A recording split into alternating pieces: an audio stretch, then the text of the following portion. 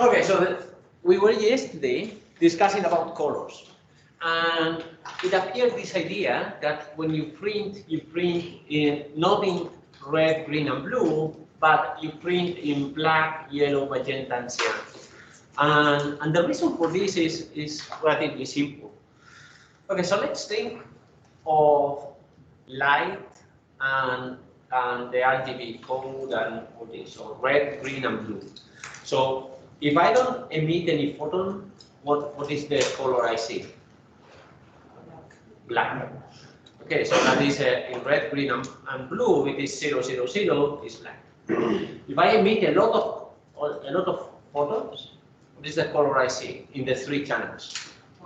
White. So that means that if you have many photons, you add a lot of color in each one of the channels. The addition of all those photons is a white color. And a white color, you already, following the reasoning that we had yesterday, following this reasoning, it is not that the color is, the addition of red, green, and blue is white. It is only that we cannot perceive it as anything else. So let's say that this is our spectrum. This is the power spectrum of our signal as a function of the wavelength. And then we would have red, green, and blue, and blue. And the addition of the three, for us, we perceive it as white, but it doesn't mean that it is truly white. Actually, a white spectrum, strictly speaking, is something like this. So it is something that is flat. Okay, so that is the spectrum of a white signal. Have you heard of this white Gaussian noise? So white Gaussian noise, the spectrum of a white Gaussian noise is a flat spectrum. Okay. And the addition of red, green, and blue, it is not white, but we cannot distinguish, especially if they are not kind of lasers, but they are they have some white. Sorry, not this one. They have some wide spectrum, like these ones. So the addition of the three is not completely white, so the addition of those three would be something like this.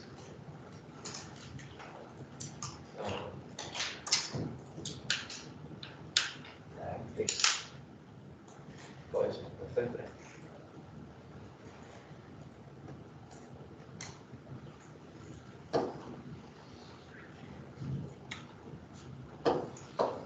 be something like this. This is the spectrum, and then what I see is something that is something like this.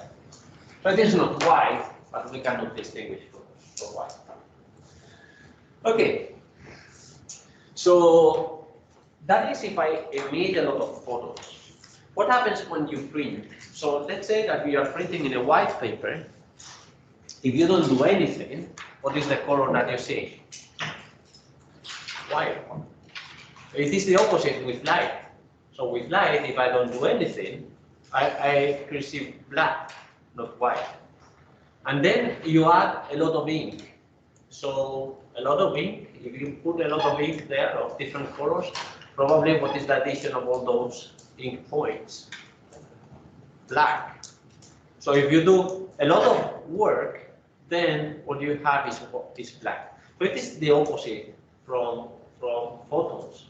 So if I don't do anything in photons, I have white, black. If I don't do anything with ink, I have white. If I do a lot of work with photons, I get white. If I do a lot of work with ink, I get black. So it is the opposite.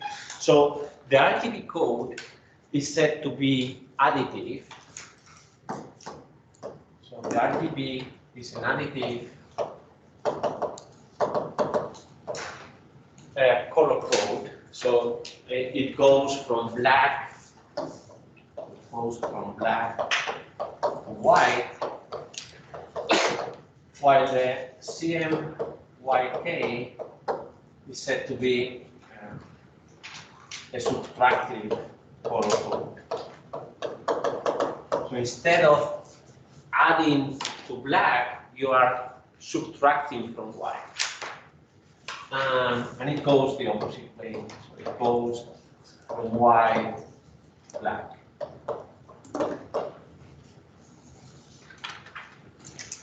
So we have already discovered something new for us. So far we have been dealing with images. Normally we work at the computer, so in the computer at the end we will display a emitting light. So that is why the RGB code is so important to us, and we will deal most of the time with RGB code. But if you are printing, instead of adding, you are subtracting from white. And then you need to code your images in a different way. Okay, so let's go back to here.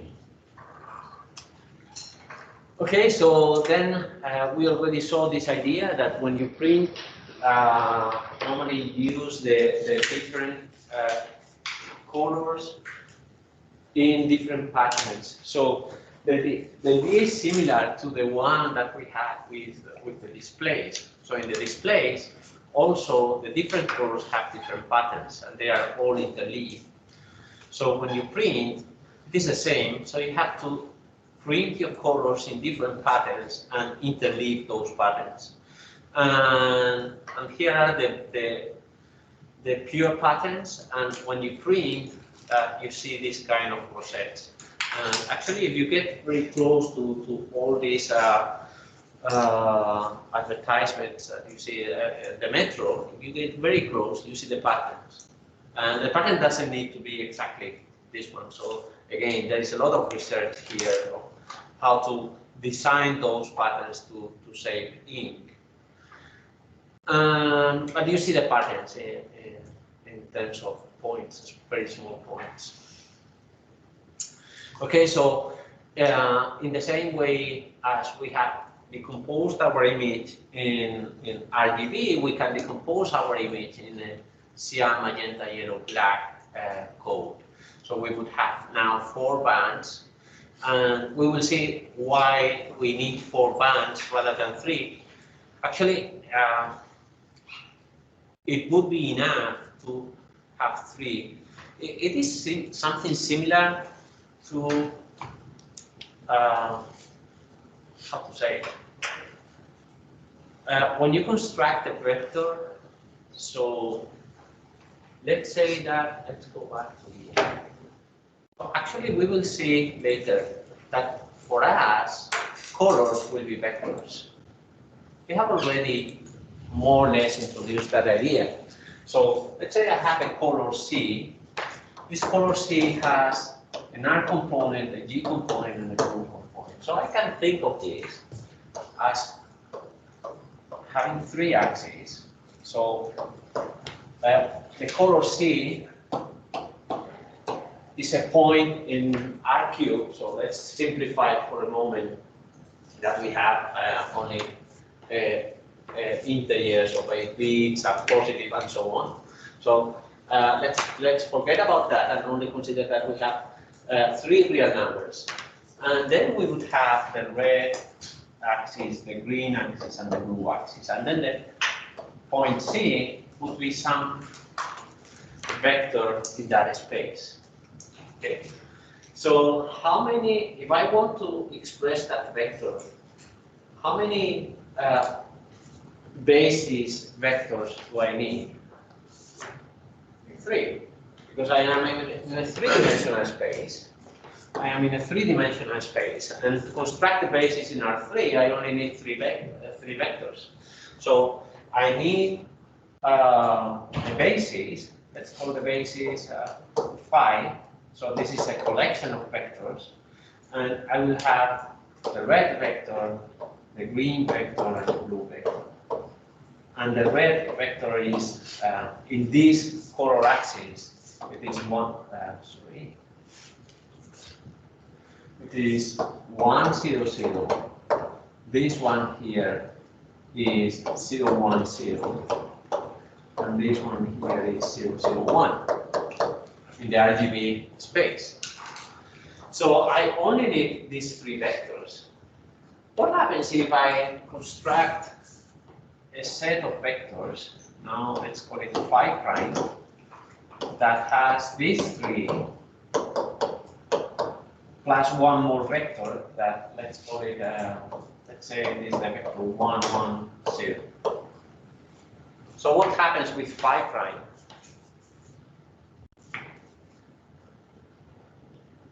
Let's call this vector B. So this is my vector B. So in addition to the three elements that I had before, now I have an extra vector. That You can still map it to the first. I can still map it, this one, to the first three. Or what do you mean? This is a redundant set. Okay, so this is a redundant set of vectors. Of course, I can express any vector like C. I can express it as a weight in R plus a weight in B. Be more nice. Green plus. So any vector C can be expressed in this way. And what is the difference between phi prime and phi? The expression in phi is unique, and that is why phi is a basis. The expression in phi prime is not unique. So I can find many different ways of expressing the color C with different weights in the basic vectors, not basic vectors, in the, let's call it basic vectors. Okay, so each one of these vectors, let's say that they are basic. Okay, so they are the units that I can use to construct my color. So the expression in this collection of vectors is not unique. And why this is not unique? Because this is not the basis. Okay, this is a basis of R3. This is not the basis of R3. So a basis of R3 only has three vectors. So the CMYK code, this one is not unique. So I can express this image in many different ways using these four channels. Okay, and here it comes why we use 4 channels. So what do you think it is more expensive, the color ink or the black ink? The color. Color ink. So now if you add a black ink channel and you can express the same image in many different ways, you can think of ways that have less cost because I'm putting more black than the rest of the channels. Okay. But because that black should be More expensive. Less expensive. If you put more black, then you are saving money. Yeah, but if black has that power, or it doesn't need for Black has. Black is cheaper.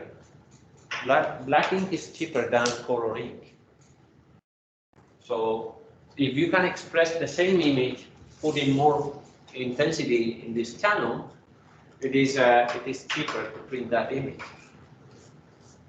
So you don't always need to construct a basis. So a basis is good for some things. For some other things, it is better to have a redundant set of basis vectors.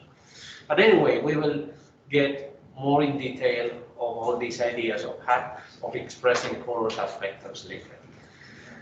Okay, so we decompose our image in the 4 channels, and as we did with the RGB, now we color our channels. And now we have our display pattern or our printing pattern.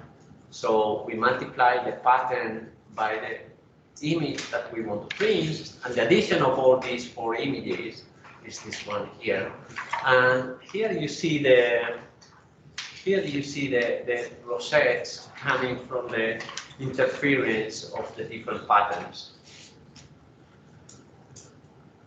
Okay, so now how do we perceive images? And for that we have eyes, and the eyes we will only concentrate in a couple of effects of our vision. So we see with a layer of cells that is here in the back of the eye, and all these, well, not all this, it is not the only function for it, but mostly this part, what it does is the lens. So it concentrates the outward image or the outward objects into a small area at the back. That is where we have our sensors. Okay, so we have different kind of sensors that they are represented here by these rods and cones, and we have 3 different kinds of cones. And you see that the rods and cones actually they are not straight away at the first layer of the epithelium of this eye. So the light doesn't go directly to these rods and cones. But there are some cells in between. Okay, so there's a region. So here we have something. It is the optical nerve. So the optic nerve takes all the signals collected by the retina. So they're collected somehow, and they are bundled in this optic nerve, and it is sent to the brain. And so at the optic nerve, there is a blind spot. So we don't have sensors, we don't have detectors here in this area.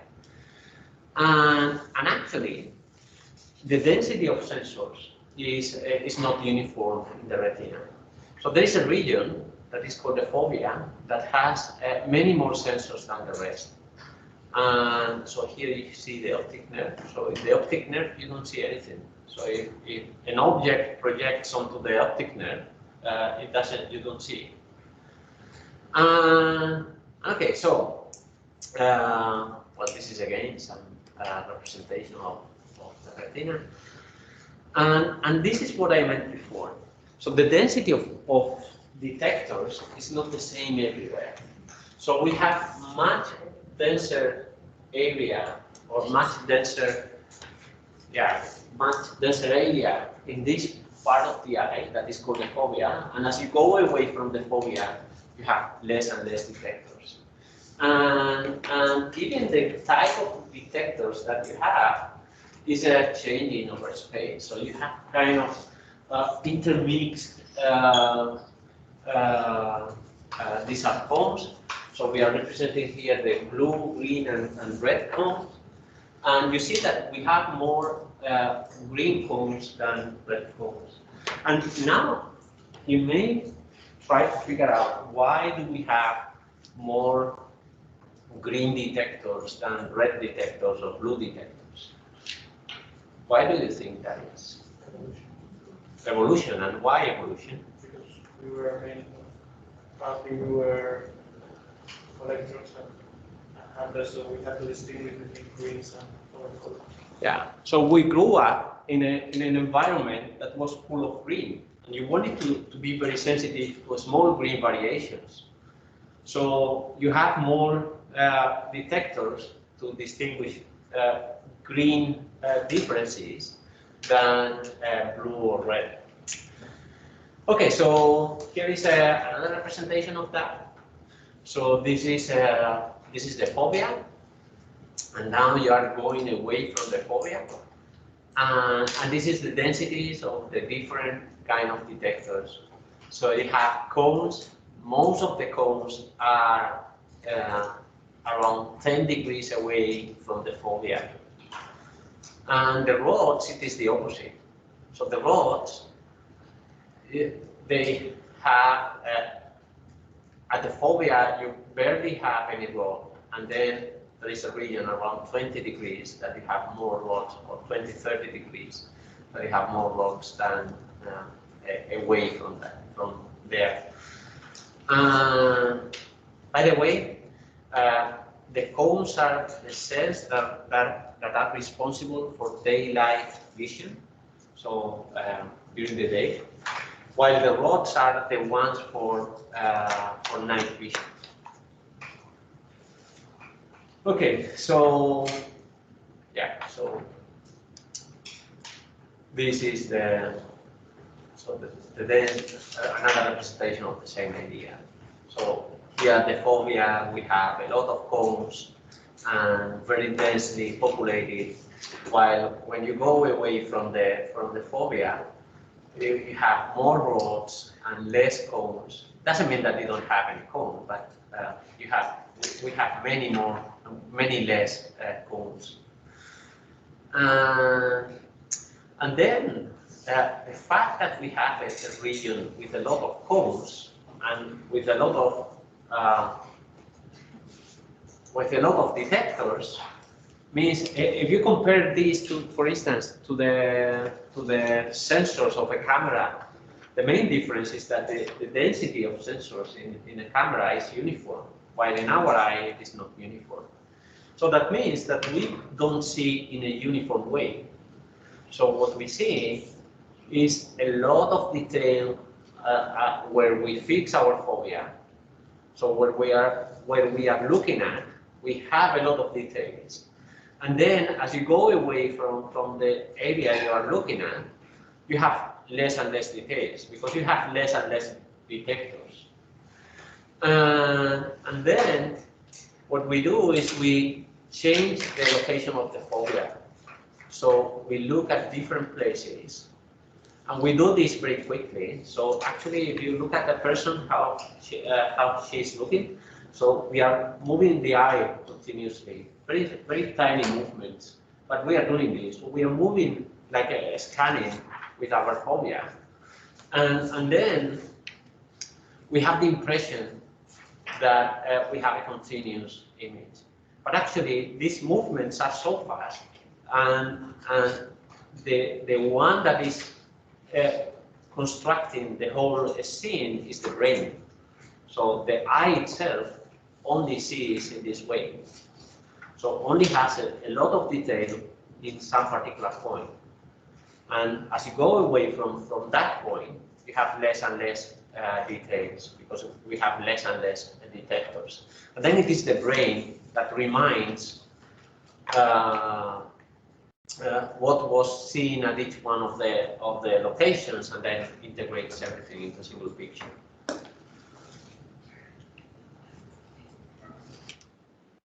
And how to model that mathematically? So that is a way of simulating this behavior of having a lot of detail at the middle and less details as you go away from the middle. And middle means, of course, for polar transformation, for polar coordinates, right? So all we have seen so far has kind of cylindrical symmetry, cylindrical or circular symmetry. So what we are using here is,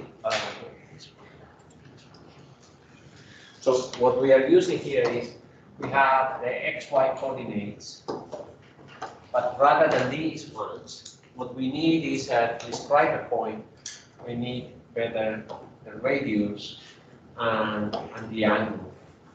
And then this point here, the origin, the 0, 0 point, will be the location of our fovea. And if you move the location of the fovea to somewhere else, so let's say that you move your fovea to here, to the point x0, y0. So now you should consider the radial distance with respect to the center of the fovea. Okay. And the same with the angle. Okay. Actually, the density of points is not, again, so we have seen that it is not the same in radius. So as you go away from the center of the fovea, it is less and less dense. But it is not only that. It is also, so let's say that the fovea is here. The density has something like this. So in this direction, we have more, or we have more detectors than in this direction. And again, why?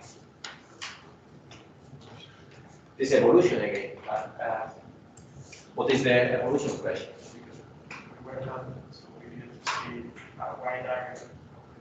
So normally you look in this direction, but you don't have to look in this direction.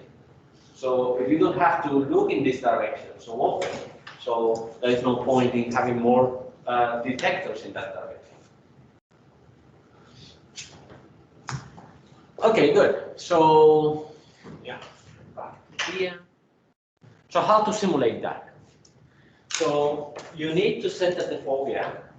And let me see if I can do it. So whenever I want to go here, I have to do this.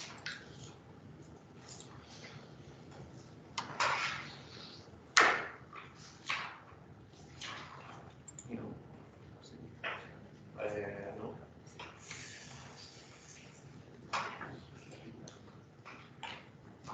This.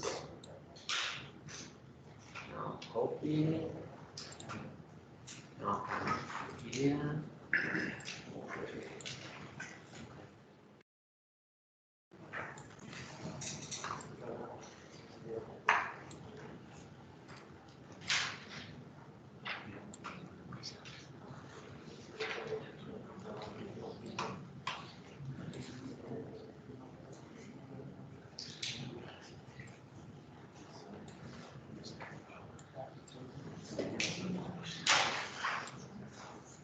Okay, great.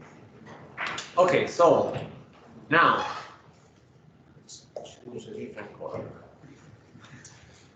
So this is the location of our fovea. And I was saying before, we have to consider the distance to the center of the fovea. So where you have it.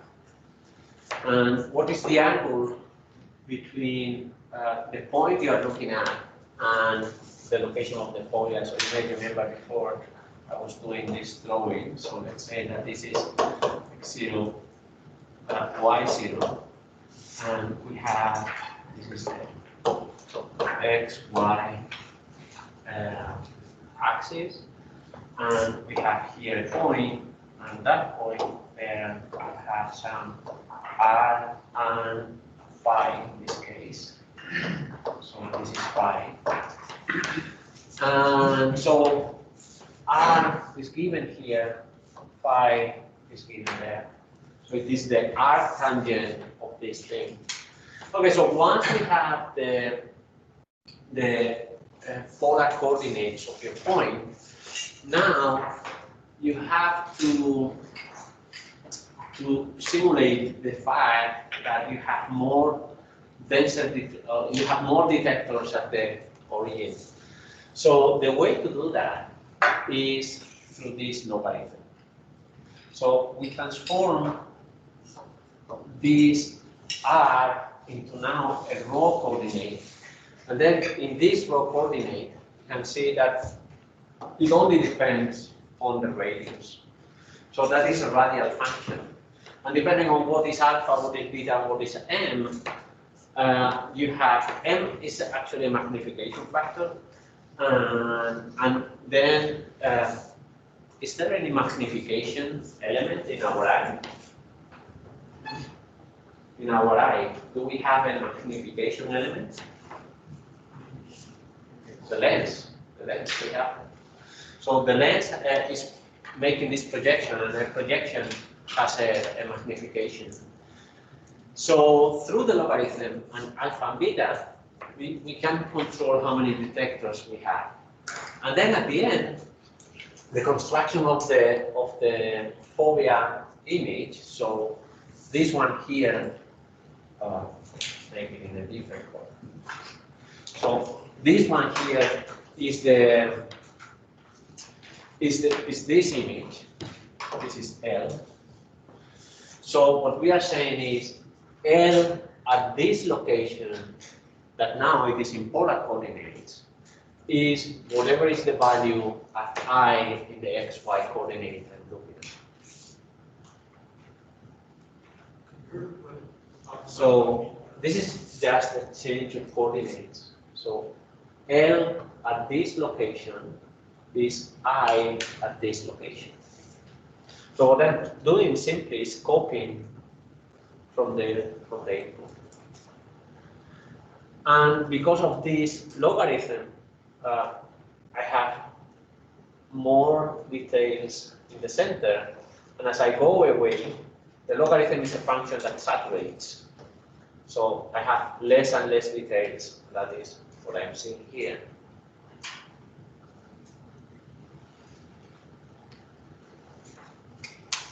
Okay.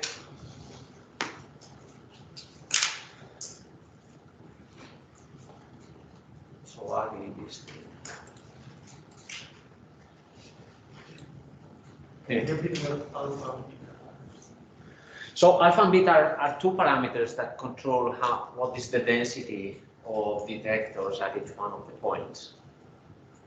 And you would have to play with those parameters. Actually, this reminds me that annotating what are the possible practices. So let's go back here.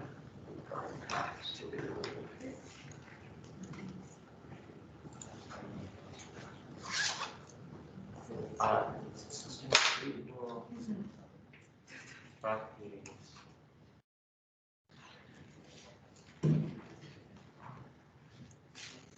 So now we could have more practices like CMYK coding patterns. Another way the RGB patterns.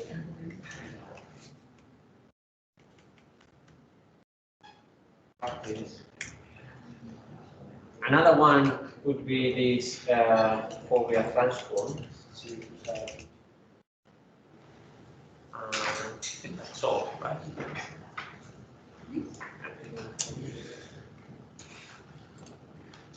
Okay, here we go. Then, yeah, this was a video. In the PDF, you cannot see the video. There is also some other effect that our eye is doing. That is, it is making kind of bandpass filter of the image.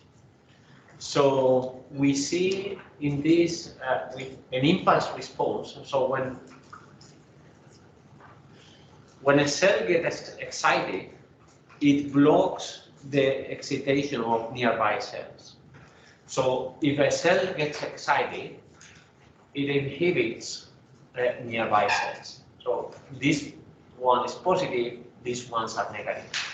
And we can model that in a mathematical way through this second derivative of the Gaussian. So if you take a Gaussian, we compute the second derivative. This is what the second derivative looks like. And this is in radial coordinates. So here you have the radius r, that is the standard definition. And then you have the second derivative of the Gaussian with respect to r, and this is the second derivative. If you plot that function, it is this one. So this is just a mathematical model of what is happening with cells. So cells, the main effect is this. If one cell gets excited, it inhibits the excitation of nearby cells. And if this is the impulse response of our detectors, what is the frequency response of the detectors? So the frequency response is just the Fourier transform of the signal that turns to be this one. And this one is a second derivative. So a second derivative means that the zero frequency is blocked. So we have bandpass response of our cells. So our cells are sensitive to some spatial frequencies. Yeah, this is just the. So these are 1D profiles. These are 2D profiles. So this is the same, but now with rotational symmetry. This one is the same as this one, but now with rotational symmetry.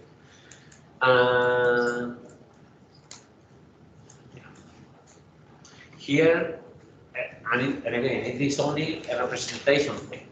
So high values have been shown with black, with dark pixels. So this response is very strong here. We have very dark response. Now we have negative values. Negative is white, okay, and 0 is kind of gray. And here it is the same. So the frequency at which you have the strongest response, it is shown in black. And in the same way as you may define the radius in real space, you can also define the radius in Fourier space. So let's go that idea. So let's make a small drawing about that. Not this one. Actually, I don't want to do it.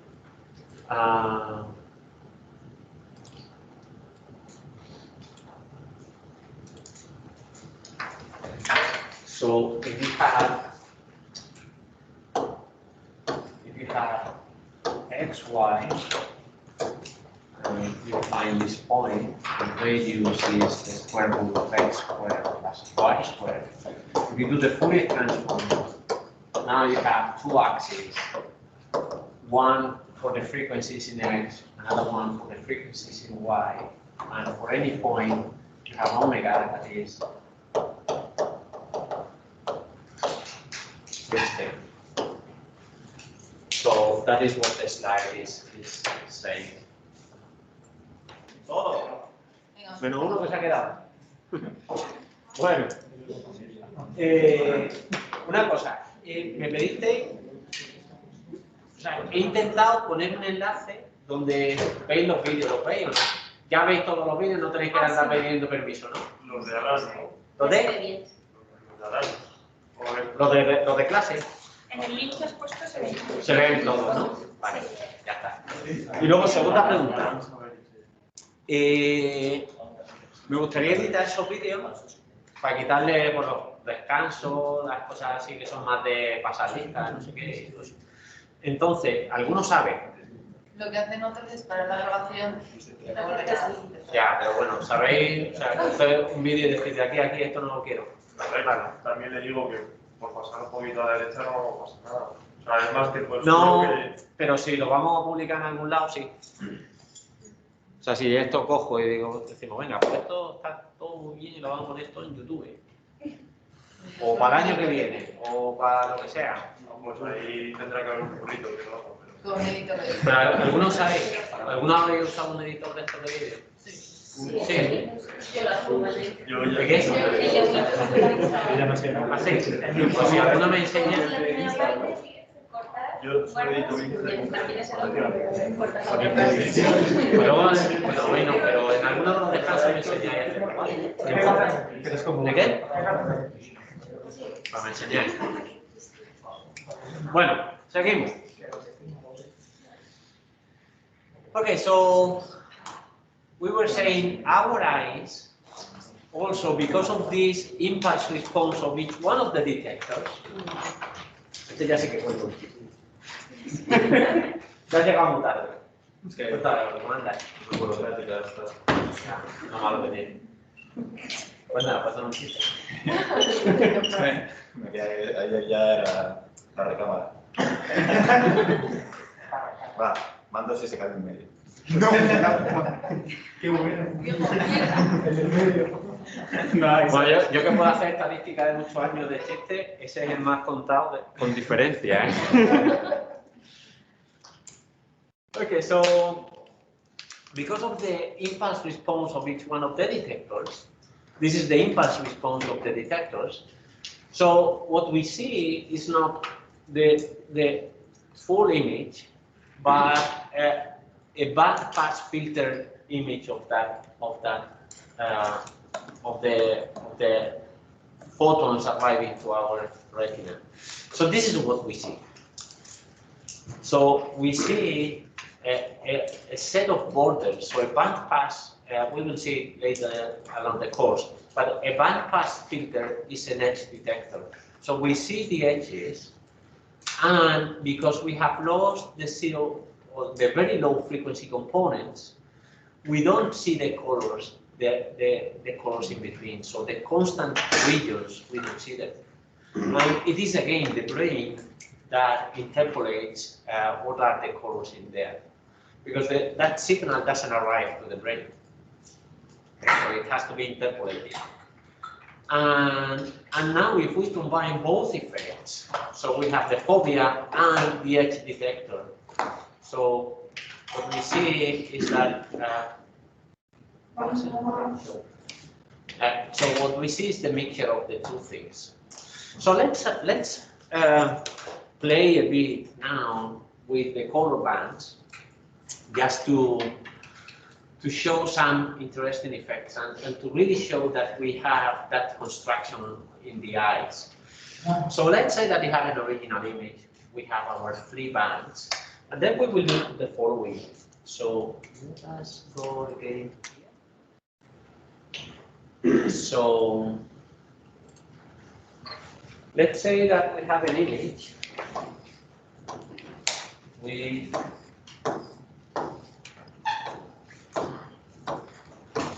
we have an 8 times 8 image. So we have 8 pixels here, 8 pixels there. So this would be our raw image. But now I want to decimate this by factor 2 in each direction. So I will take all these 4 pixels and compute the average. And I take all these 4 pixels and compute the average. So now I have an image that is 4 times 4. You see? And I could go even further. So I could take, for instance, these 16 pixels, 4 times, and compute the average. And this, and compute the average. So now I could have a 2 times 2 image. So I can take the average of nearby pixels. I would have a bigger pixel, and all with the, for instance, for the blue one. So all these pixels now would have the same value. Okay. All the pixels in the black grid would have the pixel given by the value given by the blue pixel. Right? Okay, so you understand the process? Okay. Okay, so this is a decimation process, and I will do that with this image and the different channels. Okay, so I do that process. So I take small squares of 2 times 2 pixels, I compute the average, and this is what I see. And this factor is how many less information I have than in the original image.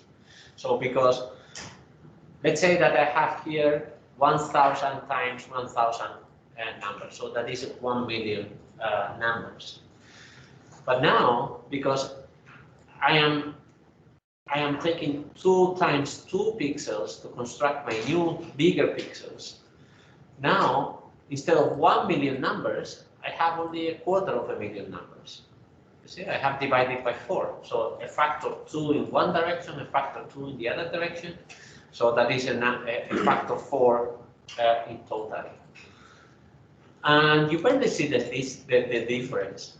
So what does this tell us about our visual system?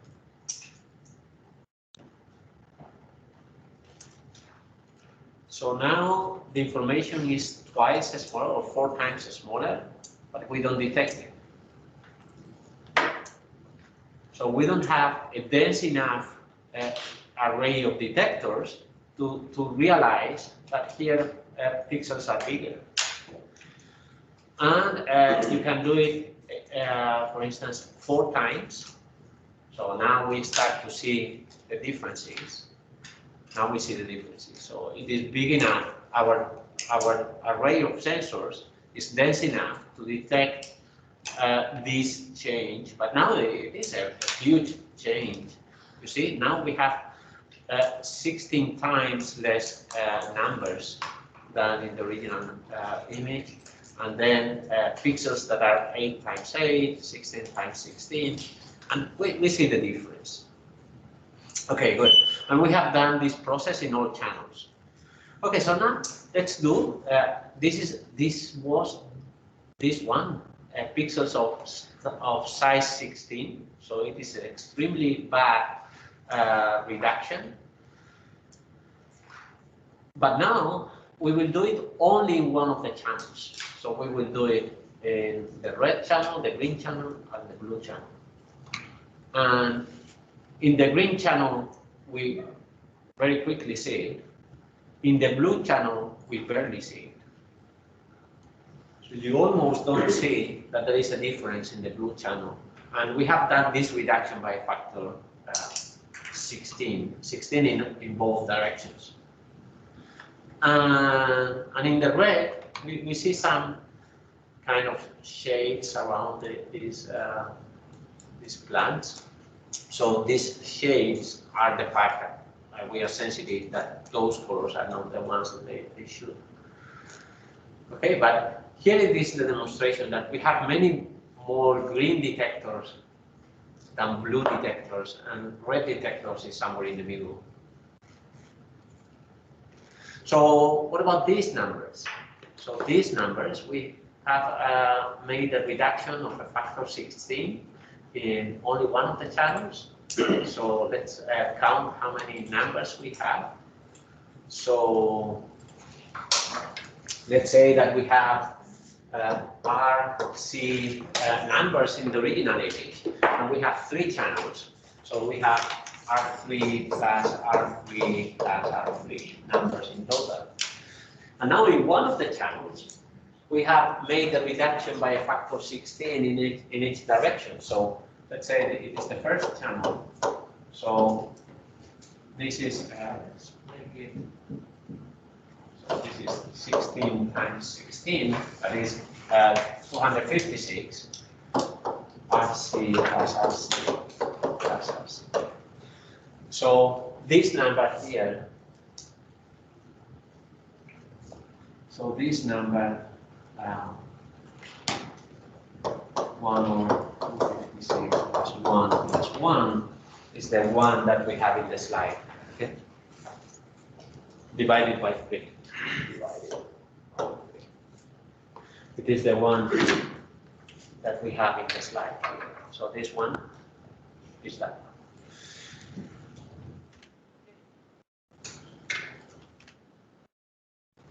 So we have many more green detectors than blue, and red is somewhere in the middle. Okay, so what about, so we have been looking at the eye. What about the brain? Actually, the brain has a very active role in the process of vision. So for some reason that I don't know really, the visual information is processed at the back of the brain, which seems to be a little bit unnatural because it is the farthest part from the eye. But there must be some reason, and again, evolution. But I don't know which reason it is. And then the visual information is processed in some hierarchical way. So there is a region of the brain that is this V1. And this V1, is in charge of the very low level processing, and then we have V2 that takes the features extracted from V1 and combines them into higher order features. And then we have before and IT, and okay, so there are different regions of the brain, and they perform higher and higher operations. And this has been actually found in neural networks.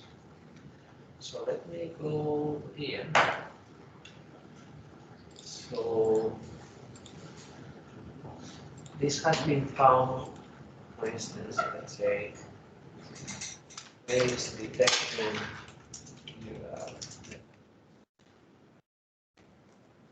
I'm sure we will. You can see.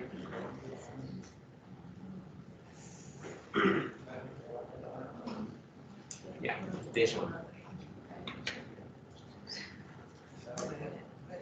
So our brain also works in this way. So this is an artificial neural network. So this is a computer and an algorithm doing those computations.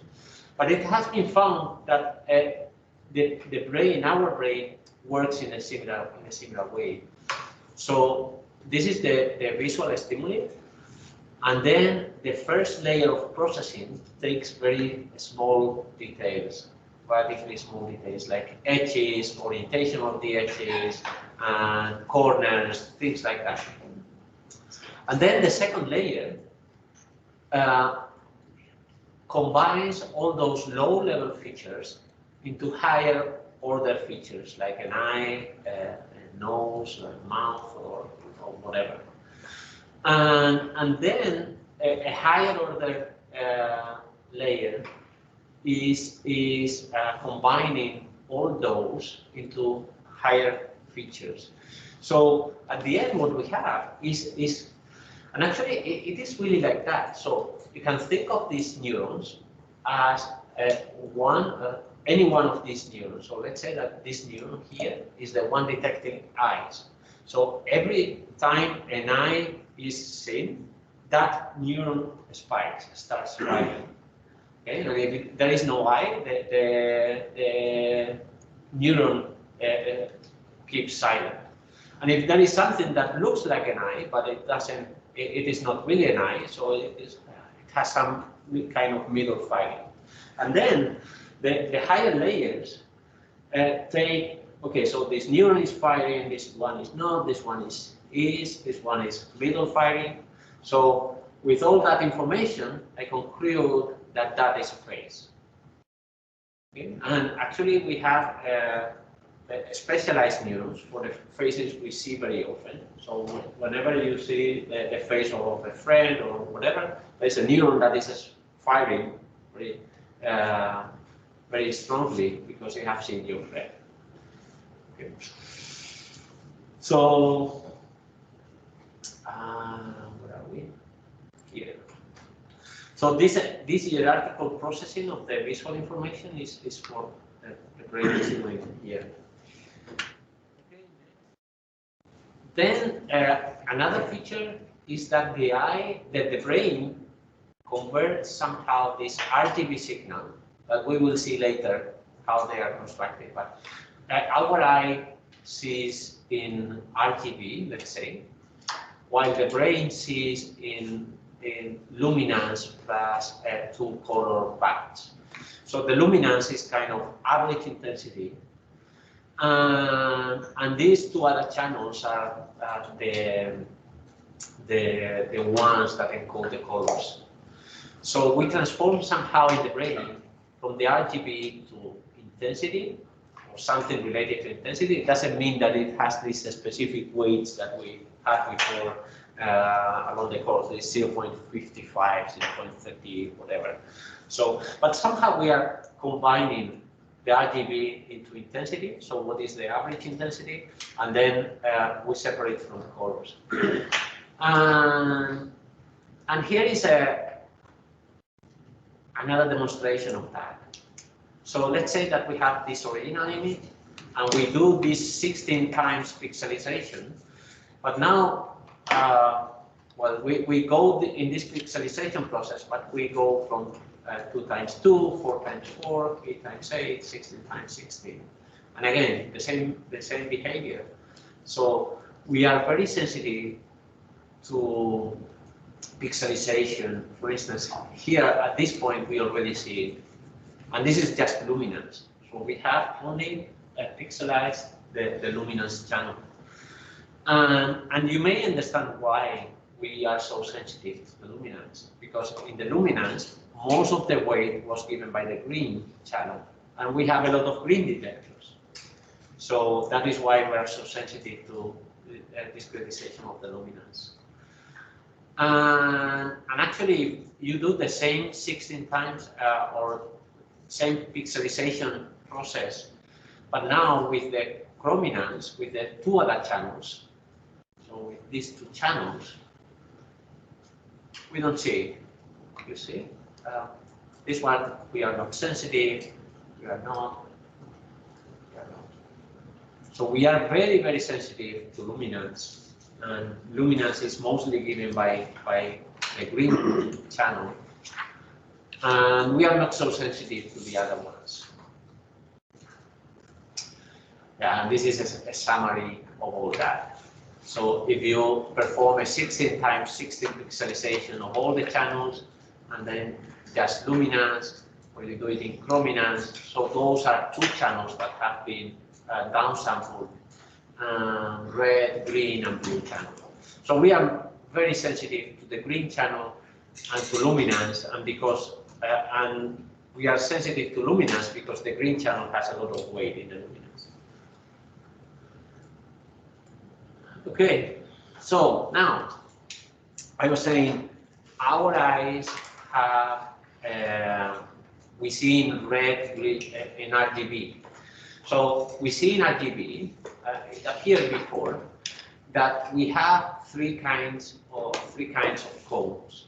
So these three kinds of cones, one of them is tuned to the blue wavelengths, the other one is to the green wavelengths and to the red wavelengths. And actually, it is funny because the cones that are sensitive to red, they are also sensitive to blue. Much less sensitive. So it is not like the green one. The green one doesn't have two bumps. It has only one single maximum here. But the red cells, they have this other bump in the blue area. And yeah, and you can imagine that this depends on the person. So this is something very, very personal. So every person has its own response curve. So these are kind of typical response curve. And actually, there is a subpopulation of women that they have an extra kind of another kind of detector. So instead of having 3 types of detector, they have 4 types of detector, and they are much more sensitive to colors. But not all women. So some women, they have this this matter of genes. So some women, they have these other genes, and they have some extra type of cones. And then that's, yeah. People are colorblind. Yeah. They also have. Yeah, for instance, they may lack one of these kind of detectors or the other, or there could be several reasons for that. Yeah, but it is always like lacking one of the detectors. And for instance, let's say that you get, so you're looking at a point, and you get, for instance, one of the detectors, the cones, that is the red detector, it is receiving or it is firing at a given level. Okay, so if it is firing at a given level, let's say this one, we could have 4 colors that make that cone to fire at that level. That is, this color would make this cone to fire at that level. Okay, wait. So this color would make it, but also this one here, but also this one here, and also this one. How do we distinguish which of the 4 colors is, because the four colors make that particular cell to fire at that rate. And the answer is by looking at nearby sensors. So you have a red sensor that is firing at this level, but then you also have nearby blue sensors and green sensors. So let's say it is this color. So if it is this color, color 1, then a nearby green cell wouldn't be firing, and the blue cone would be firing a lot. So now with these three pieces of information, so you have a point, or you have some spatial location that makes the red cones to fire at this level, the blue detectors to fire at this level, and the green detectors to fire at this level. And now you know that it is this color rather than, for instance, this one. So for instance, if you see that the blue is firing a lot, then it cannot be this green, because otherwise, if it is this green, the blue cones wouldn't be firing. And that is how we distinguish colors. Okay, so yeah, it is the same. So the same idea now, but now with color 3. Okay, so now we can, for instance, these are pure colors. These are pure colors. So this is just the pure wavelength that moves in this area.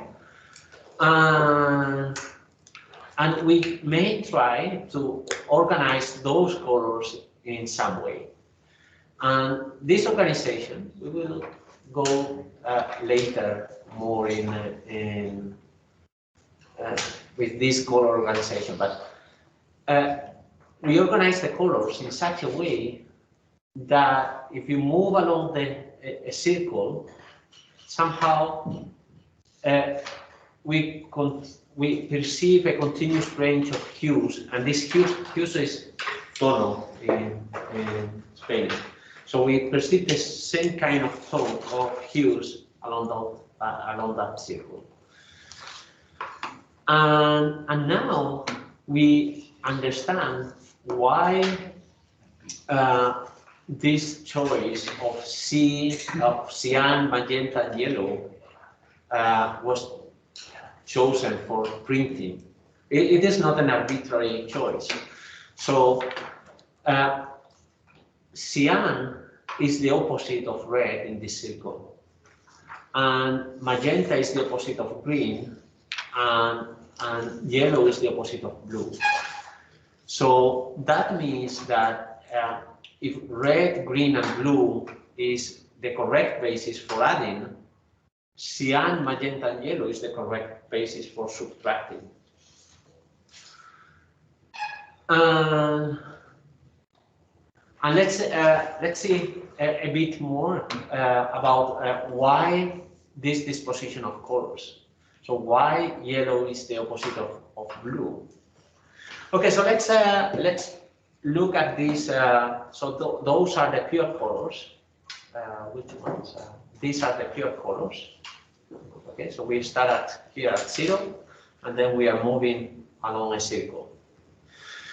Okay, so a circle in this direction. So we start with red, and then we have pink, and then we have blue, and so on. Okay, so now for every one of these colors, we look at what is the intensity of each one of the detectors. So for each color, we know that our sensors will be firing. Okay, so what is the intensity of the firing? So if we have a red color, the red sensors will be firing a lot, and the green sensors are not firing, and the blue sensors are not firing. And then you start moving into the blue, and now the blue sensors start firing. We saw that the red sensors are also sensitive a bit to blue, so all these keeps firing, but less than when it is pure red. And then as you keep on moving in the colors, then at some point the red sensors do not fire at all, but now the green sensors start firing. Okay, and we have been traveling in this direction. Now we are in green, and then you keep traveling and you come back to red. So now you may wonder, okay, so for a given color, this one blue. So in this blue, what I have is a high blue firing, a low green firing, and a low red firing. So I have to find a color such that the firing pattern is just the opposite. So I need a color that has high red, high green, but no blue. And that color is yellow. Okay, so the organizing the colors in this circle is made on how the neurons fire, how these light receptors fire. So for every firing pattern, you have to find the opposite firing pattern, and that is the opposite color. And once you have found them, you can place them in a circle like this, and that is the way this circle is constructed. So it is really, really interesting, all these things. Okay.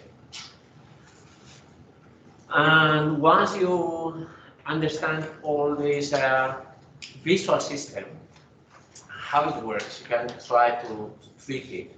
And there are a lot of illusions. So for instance, if you look at this central point very fixedly, and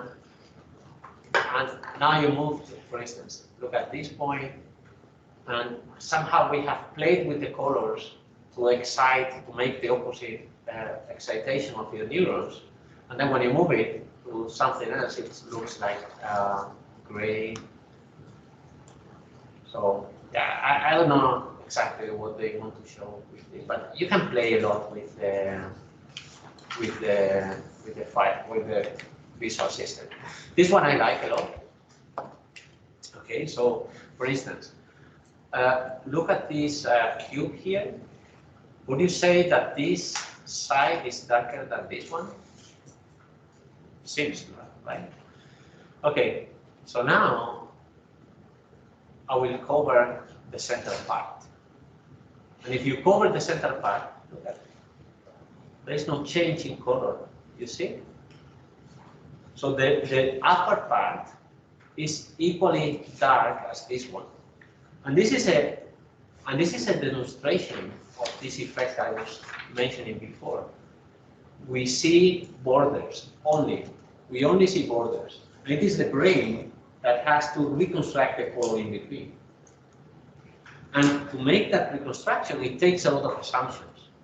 So, for instance, in this assumption, in this image here, in this image, because of the shadow, it is assuming that the light is coming from here, from the top.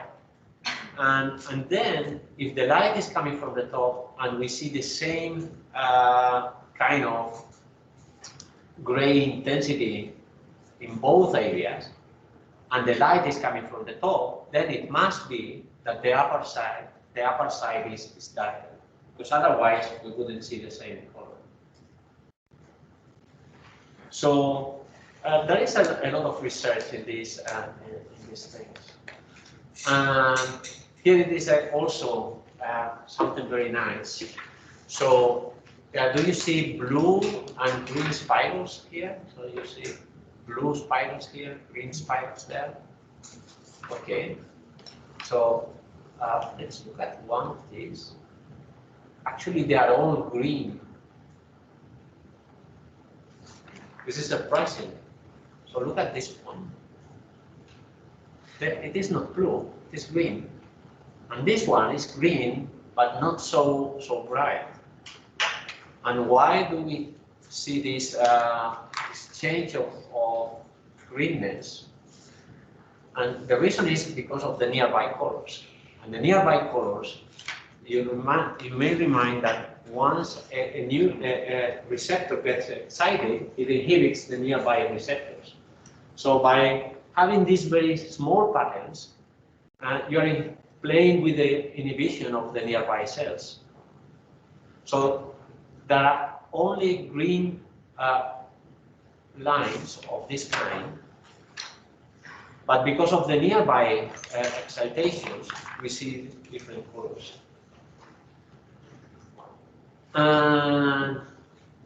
Another nice effect of the visual system, or nice or interesting effect, is that how many more times would you say that this point is brighter than this one? Twice brighter, 3 times brighter, 4?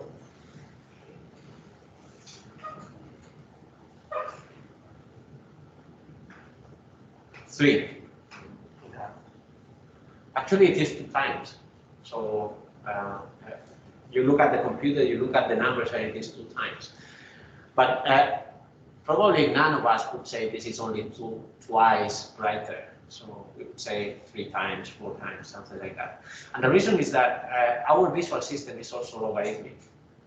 So we don't see in a linear scale, but we see in a logarithmic scale. And the same happens with sound. So a very loud sound is not twice as powerful as a lower sound, but somehow our cells saturate and then they don't respond anymore. So rather than receiving or detecting in a linear way, so a linear detection would be something like that. If some stimulus is twice bigger, so you should see twice that response, but instead of that, it saturates. So this is why this is our response. Saturates. So at some point, it doesn't matter how strong it is, it doesn't respond anymore.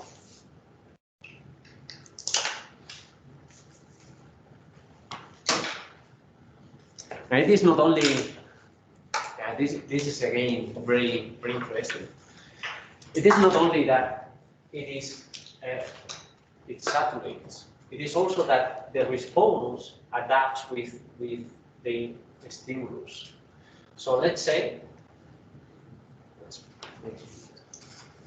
so this is the input intensity, and you may shift this curve. So you may have this response here. So this is our response. So you may have this response, or this response, or this response, or this response. And this is, for instance, this is intensity in number of photons, and then you shift your curve to adapt to the number of photons. And that is why, for instance, when you go out from a tunnel, so you are in a tunnel, you have moved in a tunnel there are very few photons, so now you are using this response. And when you go out of the tunnel, there is a lot of light. It takes some time to shift this curve to here. That is why you are blind. Because when you go out of the tunnel, there is so much light that you are saturated. You are in this region. That is why you don't see it. And then it takes some time to the cells to shift the curve to the right amount of photons.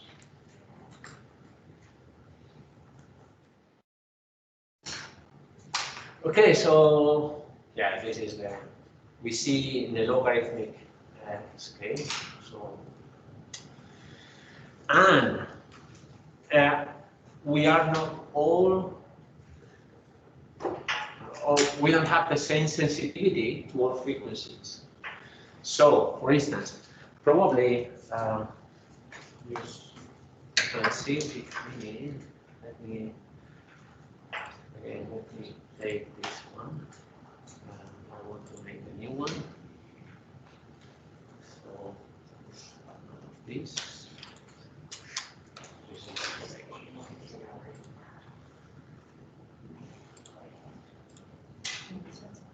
New one. This one.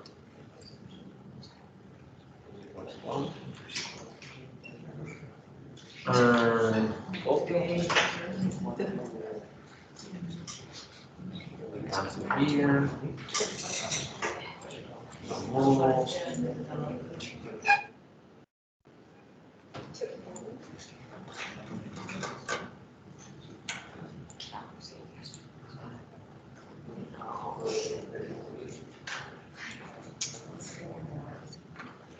Okay, so let me move it down.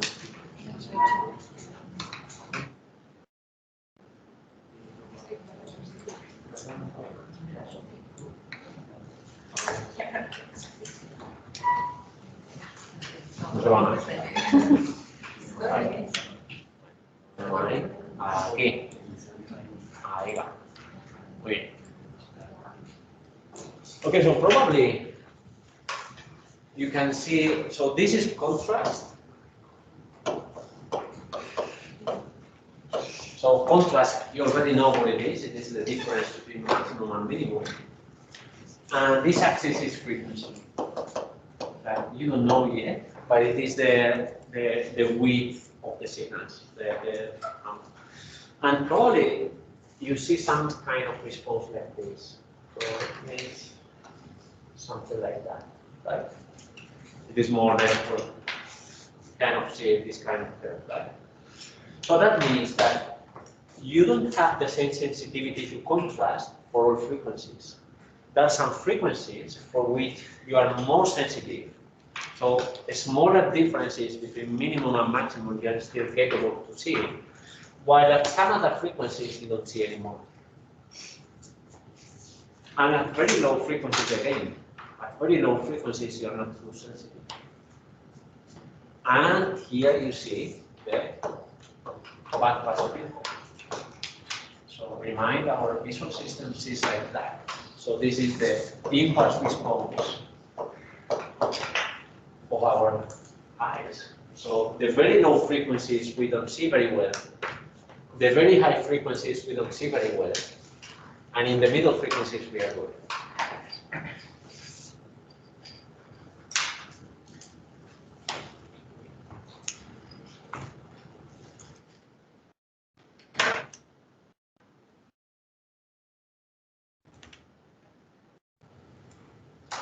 And then here you have all kind of games with your visual system.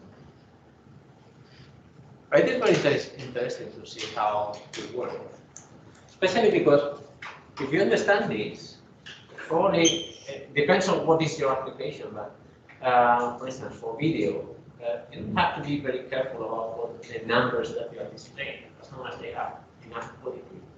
So you have to adapt the quality of your image processing to the quality of the viewer.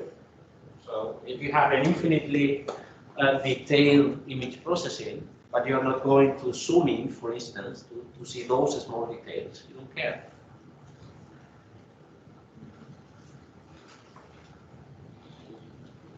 Any question?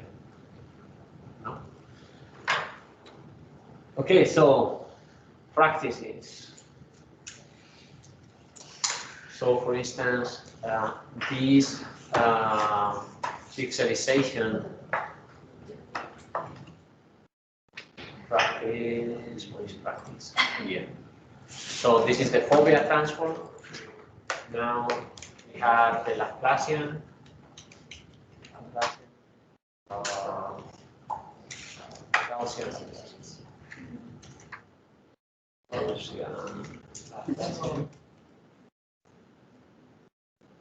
We have also what?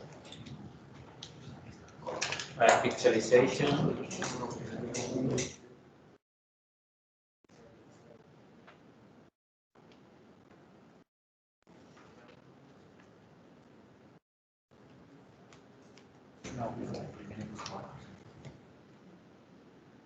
And what do we have?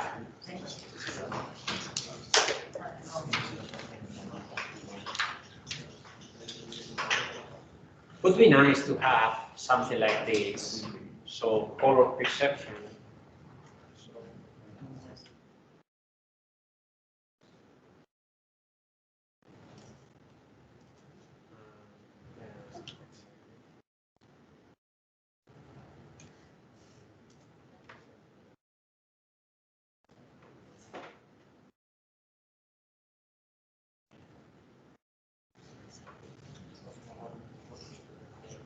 visual effects there.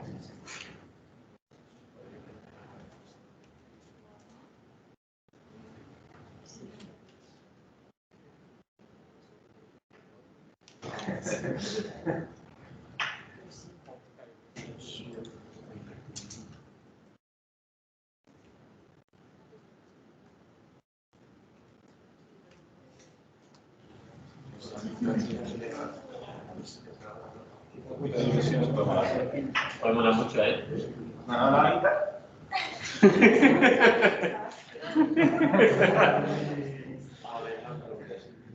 Muy bien.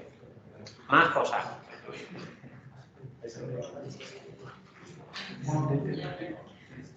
¿Hay pregunta o algo? No. No. Bueno, pues si no, seguimos mañana, porque ya para 4 minutos que quedan.